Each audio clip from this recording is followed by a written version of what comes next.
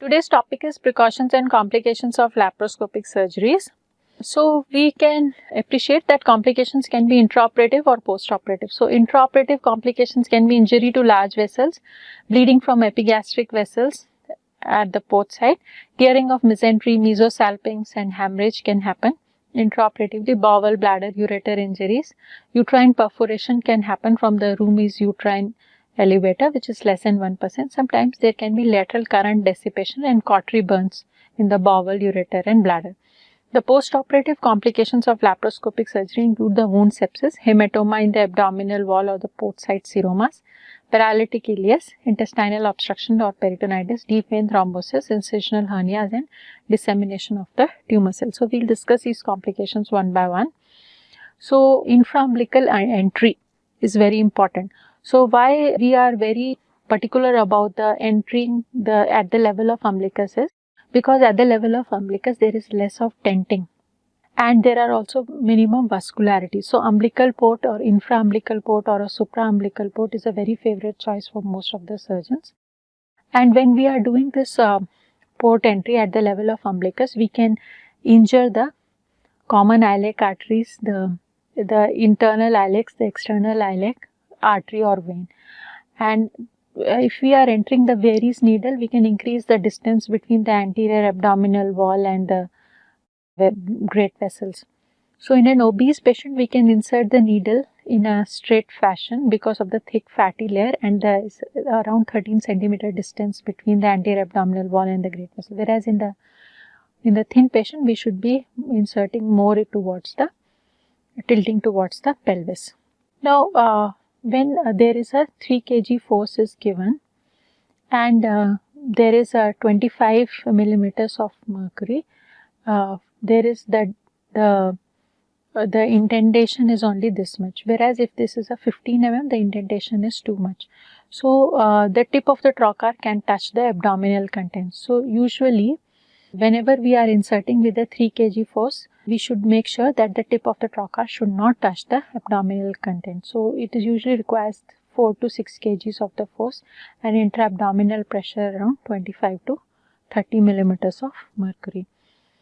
So, we like to first create pneumoperitoneum with the Veress and then insert the trocar.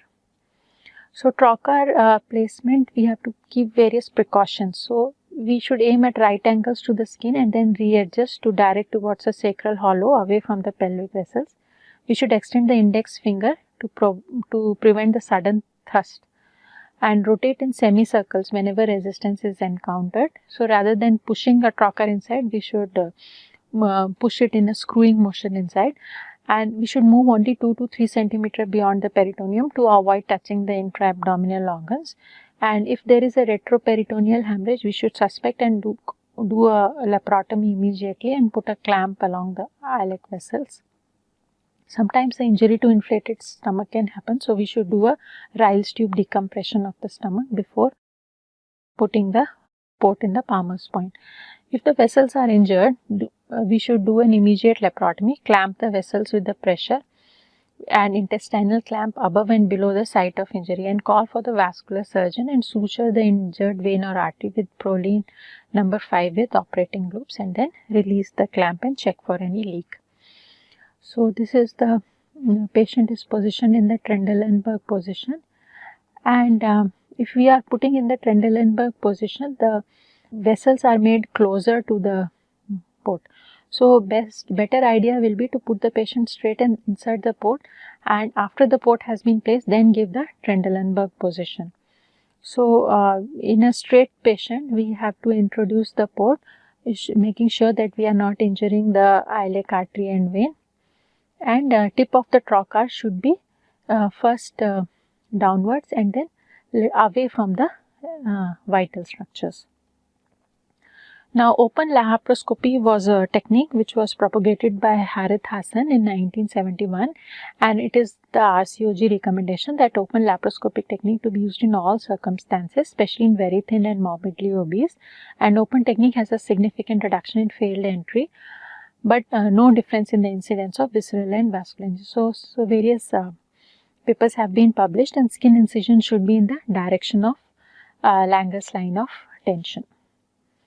So this is the inferior epigastric artery which has been visualized laparoscopically. So we should minimize injury to this vessel. Now coming to a type of port called as OptiView, VisiPort or Endotip, it has got a great stability. So 5 mm endopath axle blade trocars have twice as much retention force, and then there are 12 mm endopath axle bladeless trocars, low system drag force and direct visualization is there. So directly the ports itself are fitted with a visualizing camera. So these are the primary trocars which can be a visual entry system. These are called as, various names are there. They can be disposable or reusable type of visible entry systems. So these are the various landmarks which we should identify. So in the midline there is a rectus muscle here, and this is the obliterated umbilical artery here, and this is the round ligament. This is the inferior epigastric artery which is going to run on the lateral border of the rectus muscle. So there are disposable shielded trocars, this we have discussed earlier. So there is a brief moment of contact even with shielded trocars, so we have to be very careful even in those. And then came the Versa step, which is a rapidly expanding and then expanding polymeric sleeve system. So you enter a small one, but then it expands to a wider port. And port side bleeding, we have to take a proper history of the patient is on anticoagulants and antacids, do a APTT, PT-PC, BTCT.